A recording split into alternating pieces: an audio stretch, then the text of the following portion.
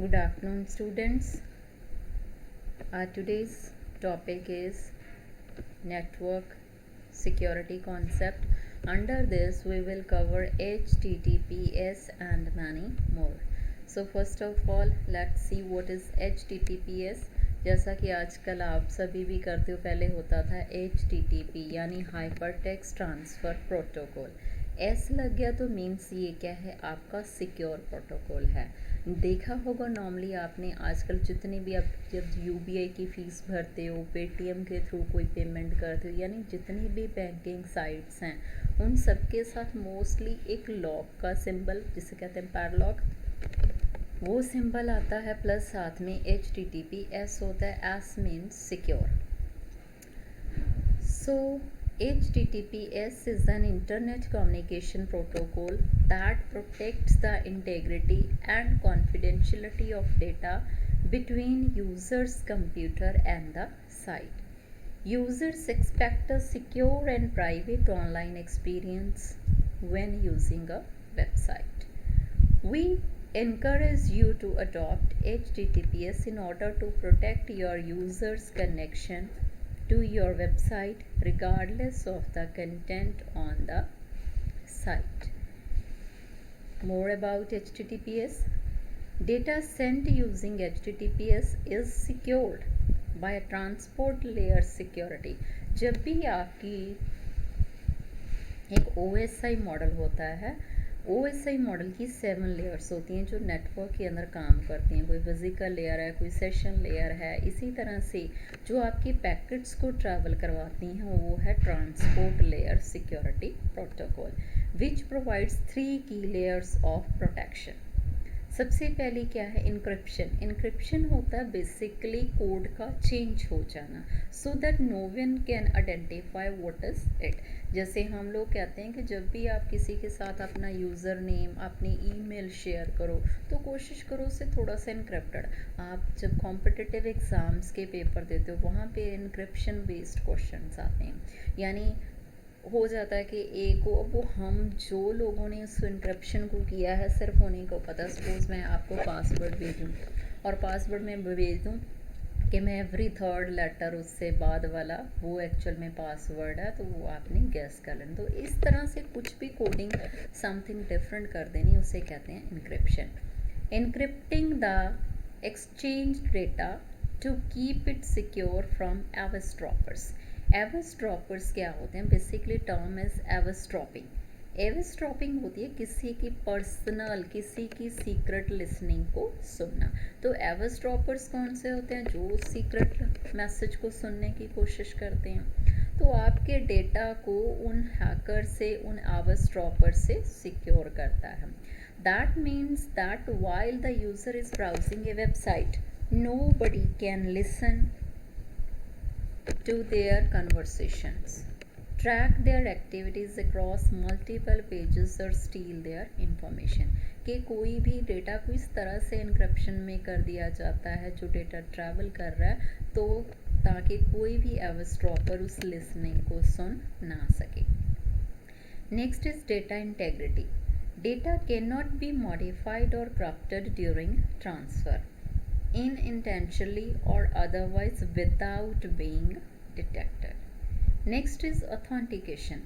Proves that your user's communication with the intended website, कि आप जो यूज़र हो वो ऑथेंटिक वेबसाइट पे ही काम कर रहे हो। तो ये वाली सिक्योरिटी आपने देखा होगा मोस्टली वहाँ पे लॉक का सिंबल ज़रूर आता है।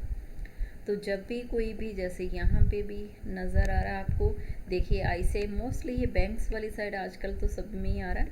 तो यहाँ पे लॉक पैड भी है और यहाँ पे क्या है, HTTPS, closed lock pad. Closed lock pad का मतलब क्या है, सिक्योर कनेक्शन। ये देखिए लॉक क्लोज्ड है, ना कि खुला।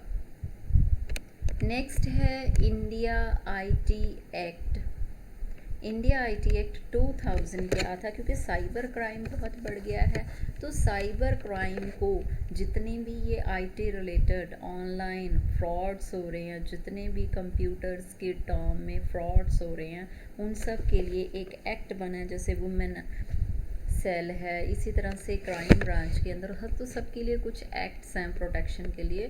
तो कोई भी साइबर रिलेटेड कोई क्राइम होता है तो उसकी प्रोटेक्शन के लिए हमारे पास एक्ट का नाम क्या है, IT act 2000। The IT act 2000 is an act of Indian parliament number, this आपको ये नंबर लर्न करने की ज़रूरत नहीं है, नोटिफाइड ऑन 17 अक्टूबर, ये डेट भी लर्न करने की ज़रूरत नहीं है। It is the primary law in India dealing with cyber crime and electronic commerce. Electronic commerce means ये जितने भी हम ऑनलाइन शॉपिंग की साइट्स हैं, इनमें कोई फ्रॉड आपके साथ होता है तो हम किस एक्ट के थ्रू अपने आप को प्रोटेक्शन ले सकते हैं, हम अपनी कंप्लेंट हमारी रजिस्टर्ड की जाएगी, वो है IT act 2000। The original act contained 94 sections divided into 13 chapters and 4 schedules. The law applied to the whole of India. Persons of other nationality can also be indicated under the law if the crime involves a computer or network located in India. मतलब वैसे तो ये Indians के लिए बना था, लेकिन कोई और नेशनैलिटी का बंदा भी है, अगर इंडिया के कंप्यूटर से उसके साथ कोई क्राइम हो रहा है इस नेटवर्क के ज़रिए, तो वो भी इसके दायरे में रहेगा। नेक्स्ट है common section, no need to learn, लेकिन वैसे थोड़ा सा आजकल जैसे साइबर क्राइम बहुत बढ़ गया है तो हमें एटलीस्ट थोड़ा सा पता होना चाहिए, बाकी पेपर में ये सेक्शंस के बारे में नहीं पूछा जाएगा। 67A publishing images containing sexual acts, तो इसके लिए क्या हो सकती है, आपको जेल भी हो सकती है और 10 लाख तक का फाइन भी हो सकता है। 67B चाइल्ड पोर्नोग्राफी, बच्चों को गलत साइट्स पे विज़िट करवाना, वो भी चाइल्ड पोर्नोग्राफी के अंदर आता है। बच्चों को कुछ गलत वीडियोस दिखा के उनको कुछ गलत करवाना, वो भी सारा चाइल्ड पोर्नोग्राफी के अंदर ही आता है। तो इसके लिए 5 से 7 साल की जेल हो सकती है और 10 लाख का फाइन हो सकता है। नेक्स्ट इज सेक्शन 70, तो कॉमन है इसलिए मैं पढ़ा रही हूँ कि हमें एटलीस्ट थोड़ा सा इन एक्ट्स के बारे में पता होना चाहिए। सिक्योरिंग एक्सेस और attempting to secure access to a protected system, यानी अगर आप किसी के सिस्टम को एक्सेस करने की कोशिश करते हो, हैकिंग करते हो, तभी मैंने काफ़ी बच्चे आते हैं मेरे पास, मैम हैकिंग अगर आप लीगली कहीं से कोर्स कर रहे हो और फिर साइबर क्राइम है, जैसे किसी भी क्राइम ब्रांच के अंदर अगर आप जो ये प्रोटेक्शन देते हैं क्राइम के अगेंस्ट, वहाँ पे अगर आप हैकिंग कर रहे हो, जैसे मेरे सिस्टम से बैठ के कोई क्राइम हुआ तो मेरा आईपी एड्रेस वो लोग हैक करना, that is illegal. But illegally आप किसी का पासवर्ड गेस करने की कोशिश कर रहे हो और किसी भी तरह से किसी के सिस्टम को हैक करने की कोशिश कर रहे हो, तो उसके लिए भी आपको 10 ईयर्स की सज़ा और फाइन हो सकता है। वो है सेक्शन 70। इसके बारे में मैं आपको क्यों बता रही हूँ, देखिए ये कॉमन चीज़ें हैं जो आजकल क्राइम में चल रही हैं, तो आप जब भी पुलिस में कंप्लेंट करवाने जो एटलीस्ट इन सेक्शन का ज़रूर ज़िक्र करो, तब तो उससे थोड़ा इम्प्रेशन अच्छा पड़ता, वरना पुलिस वाले फटाफट से किसी की एफआईआर नहीं लॉन्च करते। जब आप उनको सेक्शंस के बारे में बताते हो तो उन्हें पता होता है कि बंदा पढ़ा लिखा है, इसको नॉलेज है कि कौन से सेक्शन के थ्रू मुझे ये कंप्लेंट को रजिस्टर्ड करवाना है, तो फिर वो ज़रूर उस सेक्शन के तहत आपकी कंप्लेंट रजिस्टर्ड करते हैं। यानी हमें थोड़ा सा आजकल स्मार्ट होने की ज़रूरत है। नेक्स्ट है, ये तो था हमारा आईटी एक्ट 2000। नेक्स्ट है आईटी एक्ट 2005 और उसके बाद है 2008।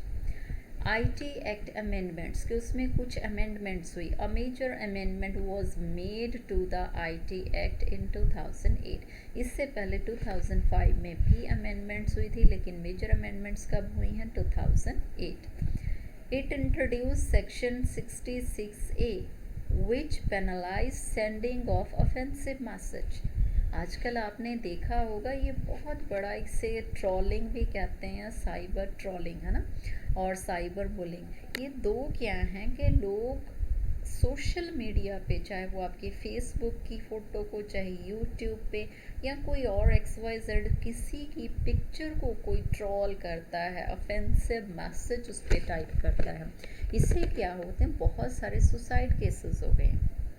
आपकी शान के खिलाफ, आपकी फेम के खिलाफ कोई वर्ड आपको डिफेम करने के लिए कुछ XYZ घटिया कमेंट्री वहाँ पे की जाती है, जिससे एम्बारस होके बहुत से लोग सुसाइड अटैम्प्ट कर लेते हैं, और बहुत से अटैम्प्ट हुए हैं।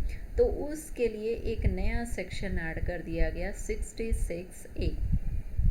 It also introduced Section 69, which gave authorities the power of interception or monitoring or description of any information through any computer resource.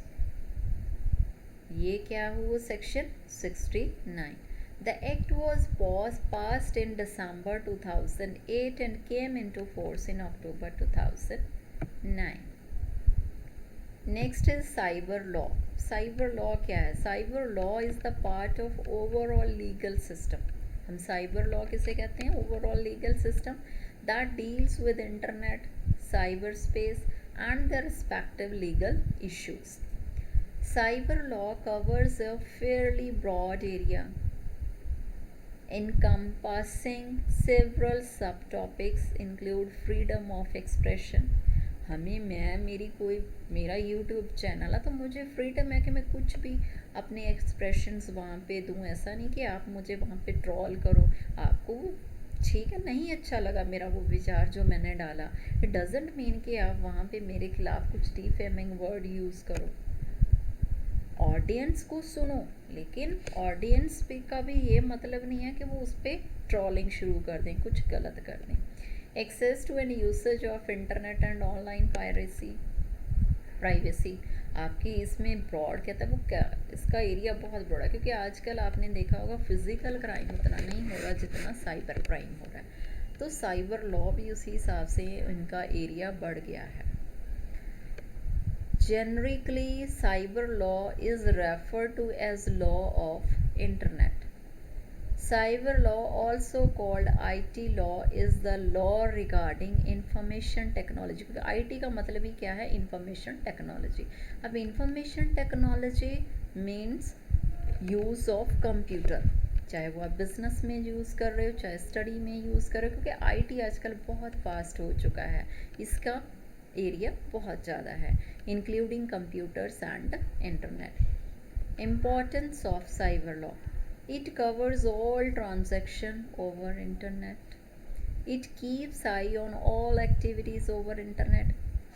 जैसे बहुत कई बच्चों में क्यूरियोसिटी होती है कि गलत सलत साइटें वो देखते हैं, लेकिन रिमेंबर स्टूडेंट्स, उन पे भी साइबर लॉ का, तभी तो आजकल आप देखते हो साइबर, मेरा लैपटॉप है, पर्सनल है, हम क्या कहते हैं, मेरे दिमाग में कुछ गलत आइडिया सपोज आया कि नहीं भी अपने लैपटॉप पे नहीं करना, इसका तो IP एड्रेस ट्रेस हो जाएगा, इस पर तो ये हो जाएगा, वो हो जाएगा। तो बहुत से लोगों ने क्या कर रखा था, साइबर कैफ़े में जाना शुरू कर दिया था। बहुत लोग साइबर कैफ़े में गलत सलत साइटें देखते थे, लेकिन फिर क्या किया, ये साइबर क्राइम बढ़ गया साइबर कैफ़ेज़ के ज़रिए। तो इन्होंने क्या किया, आजकल अब वैसे तो आजकल घर घर पे नेट हो गया, आप 4-5 साल पीछे ही चले जाओ, हालांकि बहुत टाइम नहीं हुआ था साइबर कैफ़ेज़ बने हुए। आपकी प्रॉपर ID प्रूफ, कितने बजे आपने एंट्री की, कितने बजे एग्ज़िट किया, आपकी फ़ोटो, आपका ID प्रूफ, वो साइबर कैफ़े वाला बंदा अपने रिकॉर्ड में रखता। तो जब उस सिस्टम से पकड़ा गया तो उस दौरान ड्यूरेशन चेक हो जाते कि इस टाइम पे ये वाला बंदा पड़ा था, ID कार्ड आपका उसके पास है, right. So it touches every action and every reaction in cyberspace. Areas of cyber law, area कौन कौन से हैं? फ्रॉड हो रहा है, कॉपीराइट, ये जो हम इलीगल जो किसी का भी सॉफ्टवेयर यूज़ करते हैं, कॉपीराइट लीगल होता है, ठीक है। डिफेमेशन, किसी को गलत XYZ कमेंट्री देनी। हरासमेंट एंड स्टॉकिंग वो भी सेम है। हरासमेंट कब होती है, आप मेरे को कुछ गलत ट्रोलिंग कर रहे हो, गलत कुछ वर्ड बोल रहे हो, गलत कमेंट पास कर रहे हो, तो ये सारा। फ्रीडम ऑफ स्पीच, हर किसी को अपने विचार रखने की वो है। आपको नहीं ठीक लगता तो आप उसी तरह का आप विचार रखो, डजंट मीन कि आप उसे ट्रोल करना शुरू कर दो। ट्रेड सीक्रेट्स, हर कंपनी के कुछ सीक्रेट्स हैं, ठीक है जी। Contracts and employment law. Next is cyber crime, is any criminal offense that is facilitated by or involves use of electronic communication of information system including any electronic device, computer or the internet। देखिए cyber crime में simple सी wording में समझाती हूँ आपको। Cyber crime basically क्या है, any crime which is done by involving any electronic device. It may be your mobile, it may be your computer, it may be your वो tablets यानी tab, किसी भी तरह का क्राइम जो आपने इंटरनेट और कंप्यूटर के ज़रिए किया है उसे कहते हैं हम लोग cyber crime. It involves the terms like phishing, credit card frauds, illegal downloading। वैसे illegal downloading including me also हम लोग करते हैं। हम लोग गूगल में सर्च करते हैं XYZ ये सॉफ्टवेयर डाउनलोड करना, तो वो डाउनलोडिंग शुरू हो जाती है। Then industrial espionage, child pornography, cyber bullying, cyber stalking. Cyber bullying और स्टॉकिंग दोनों ही सेम है, गलत हरासमेंट भरे कमेंट, किसी को डिफेमिंग वर्ड्स के कमेंट यूज़ करना। साइबर टेररिज्म, क्रिएशन एंड और डिस्ट्रीब्यूशन ऑफ वायरसेस। हमारे सिस्टम में जो एड्स आती रहती हैं, वो जो हम लोग एड्स के ये मेरे सिस्टम को बूस्ट अप करेगा, बूस्ट तो उसने क्या करना होता है, हमारा सिस्टम ही बंद हो जाता है, तो वो भी क्या है, एक साइबर क्राइम है। हमें जो स्पैम मेल्स आती हैं वो भी जो बंदे हमें भेजते हैं वो भी एक तरह का साइबर क्राइम है, and so on. Examples of cybercrime: cyber trolls and bullying. It refers to a person who purposely posts opposing, sarcastic, demeaning, or insulting comment about something or someone with the aim of targeting a person online. आप किसी person को online target ही बना लेते हो कि उसके बारे में ये गलत आपको कमेंट देना है, तो वो क्या है, cyber troll and cyber bullying. The provocative message posted this way are also called trolls. It is a cyber crime and is a form of cyber bullying. Cyber bullying भी क्या है, harassing, demeaning, embarrassing, defaming or intimidating someone using modern technologies like internet, cell phones, instant messengers, social networks, etc. is called cyber bullying. Next is cyber stalking. It is the kind of online harassment wherein the victim is subjected to barrage of online messages and emails. Typically, these stalkers know their victim. Instead of restoring to offline stalking, they use the internet to stalk. मतलब देखिए ये cyber stalking भी वही बंदा करेगा जो उसके बारे में जानता है, वो ऑफलाइन उससे कुछ नहीं सुनाता, उसके लिए वो मीडिया क्या यूज़ करता है, internet. Next is reporting cyber crime. आप साइबर क्राइम की रिपोर्टिंग कहाँ पे करोगे? देखिए ये साइबर ट्रोलिंग, साइबर बुलिंग के लिए मैं सिंपल सा बात बताती हूँ जो मैंने बार बार बच्चों को समझाती हूँ कि आप इनका ना एक टेस्ट करो। आप जब किसी को कोई कमेंट करते हो, वो कमेंट का आप अपने घर पे टेस्ट करो। उस कमेंट की वर्डिंग अगर आप अपने पेरेंट्स के सामने बोल पाते हो, अपनी बहन के सामने, अपने भाई के सामने अगर बोल पाते हो, तो इट मीन्स वो कमेंट गलत नहीं है। अगर उनके सामने बोलने में हिचकिचाहट है तो इट मीन्स आप कुछ गलत पोस्ट कर रहे हो। सिंपल सा टेस्ट कर लेना सबने। नेक्स्ट है reporting cyber crime. If any cyber crime happens, one must report it firstly to the parents.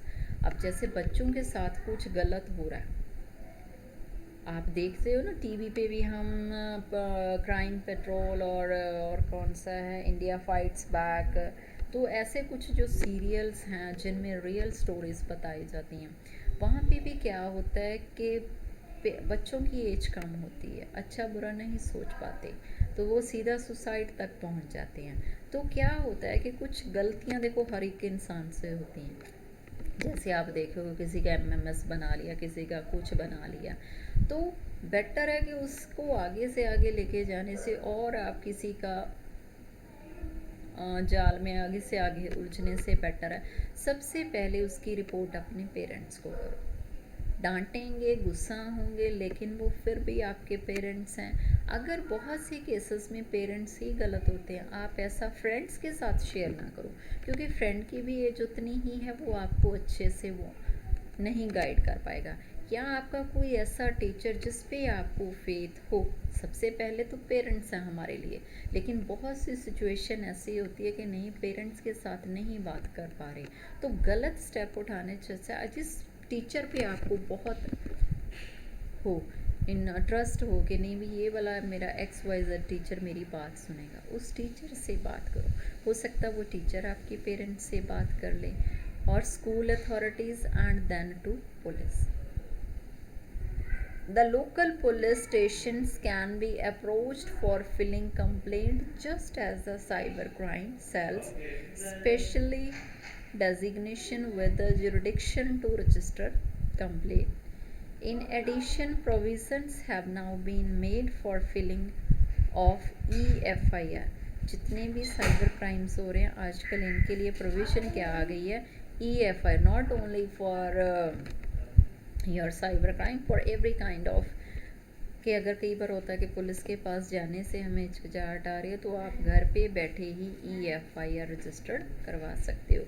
In addition, the Ministry of Home Affairs is also launching a website for registering crimes against women and children online, including cyber crimes. So this is all about for today. Tomorrow we will do IPR issues. Thank you and have a nice day.